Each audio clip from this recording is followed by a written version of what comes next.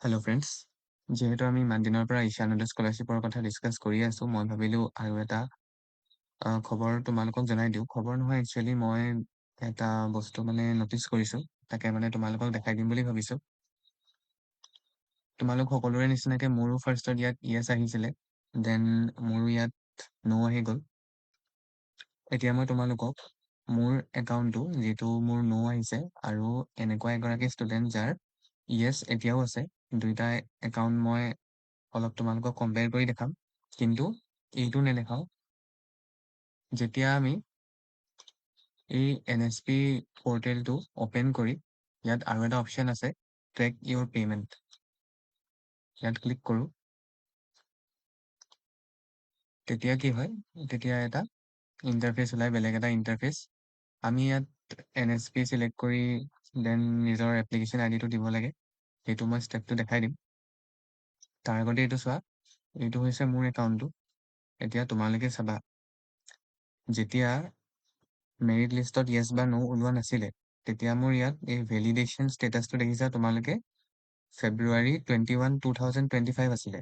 কিন্তু এতিয়া চোৱা, ভেলিডেটেড February 3, 2023, যিটো এটা অসম্ভৱ কথা, কাৰণ মই এপ্লাই কৰিছোঁ ঈশানোদয়ৰ কাৰণে 2024, বাট ইয়াত 2023 আহিছে। দেন ইয়াৰ অনলি এনেকুৱা এখন টেবল আহিব লাগে, কিন্তু মোৰ এখন টেবলৰ তলত আৰু এখন টেবল আহিছে। এতিয়া চোৱা, ওপৰত মোৰ বেংক নেম, IFSC কোড একোৱেই নাই, কিন্তু তলত চোৱা, বেংকৰ নেম আহি গৈছে, IFSC কোড আহি গৈছে অট'মেটিকেলি। দেন আকৌ request date February 2023, updated February 2023। বহুত ইম্পচিবল টাইপৰ কথা এটা হৈ গৈছে। এইটো কিয় হৈছে ময়ো নাজানো, বাট আই থিংক টেকনিকেল গ্লিচ এতিয়াও আঁতৰা নাই। আৰু এটা বস্তু চাবা, ইয়াত এজেঞ্চি কোড UGC আৰু স্কিম কোড 0875 আছে, যিটো NSP স্কলাৰশ্বিপৰ কাৰণে হয়। কিন্তু মোৰ তলত চোৱা, এজেঞ্চি কোড UGC আছে, বা স্কিম কোড AS 125, যিটো এক্সিষ্টেই নকৰে। চ' এইখিনি তোমালোকক দেখালোঁ। এতিয়া চোৱা, যাৰ য়েছ এতিয়াও আছে, তেওঁৰ একাউণ্টত কি দেখাই আছে। মই প্ৰাইভেচি মেইনটেইন কৰাৰ কাৰণে নামটো ক'ব নোৱাৰোঁ, বাট চোৱা, ইয়াত এতিয়া আছে চিলেক্টেড ফৰ স্কলাৰশ্বিপ মেৰিট, য়েছ এতিয়াও আছে। আৰু এওঁৰ এতিয়া PFMS-টো দেখাম।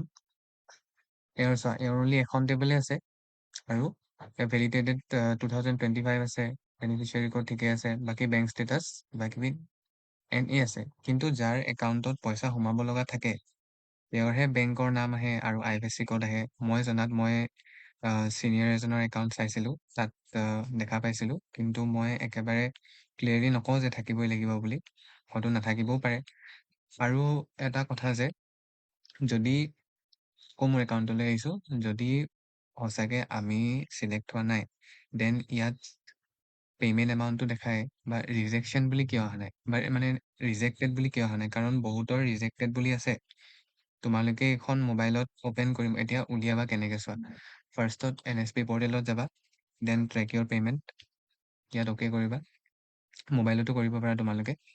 দেন এই কেটেগৰীত চিলেক্ট কৰিবা NSP, অলপ তললৈ স্ক্ৰল কৰিবা, দেন পাই যাবা NSP। দেন পে'মেণ্ট নহয়, বেনিফিচিয়াৰী ষ্টেটাছ, দেন তোমালোকৰ এপ্লিকেশ্যন ID দি দিবা, আৰু ইয়াত যিটো কেপচা কোড আছে, ইয়াত এণ্ট্ৰি কৰি দিবা। দেন তোমালোকে তোমালোকৰো বেনিফিচিয়াৰী যিটো ষ্টেটাছ আছে, সেইটো পাই যাবা, আৰু ভেলিডেশ্যনটো। চ' মই এইটোৱেই জনাব আহিছিলোঁ তোমালোকৰ লগত, ডিছকাছ কৰিব, যে তোমালোকৰো এনেকুৱা হৈ আছে নেকি। যদি তোমালোকৰো এনেকুৱা প্ৰব্লেম দেখিছা, যে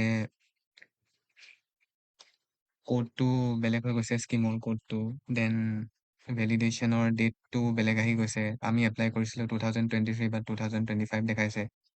চ' তেনেকুৱা যদি হৈছে, কমেণ্ট কৰি জনাবা। Thank U.